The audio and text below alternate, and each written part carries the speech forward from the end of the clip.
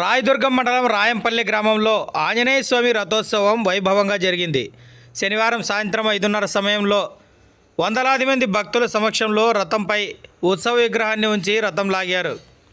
ఈ సందర్భంగా ఏర్పాటు చేసిన కోలాటం, నందికోళ్ల నృత్యాలు ఆకట్టుకున్నాయి.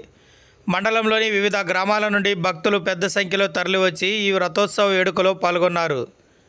రాయదుర్గం పోలీసులు రథోత్సవం సందర్భంగా బందోబస్తు చర్యలను చేపట్టారు.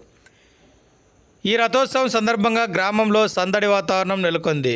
వివిధ గ్రామాల నుండి బంధువులు, చుట్టాలు రాకతో ఊరంతా కోలాహలంగా మారింది.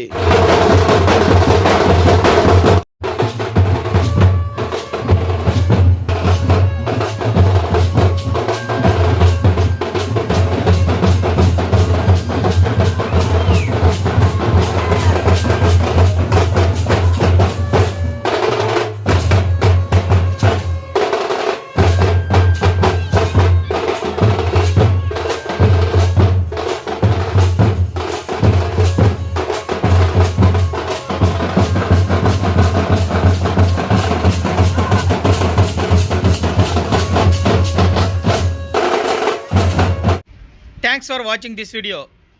ఈ వీడియో మీకు నచ్చినట్లయితే లైక్ చేయండి, షేర్ చేయండి, సబ్స్క్రైబ్ చేసుకోండి. మన రాయదుర్గం ఆర్డీజీ న్యూస్.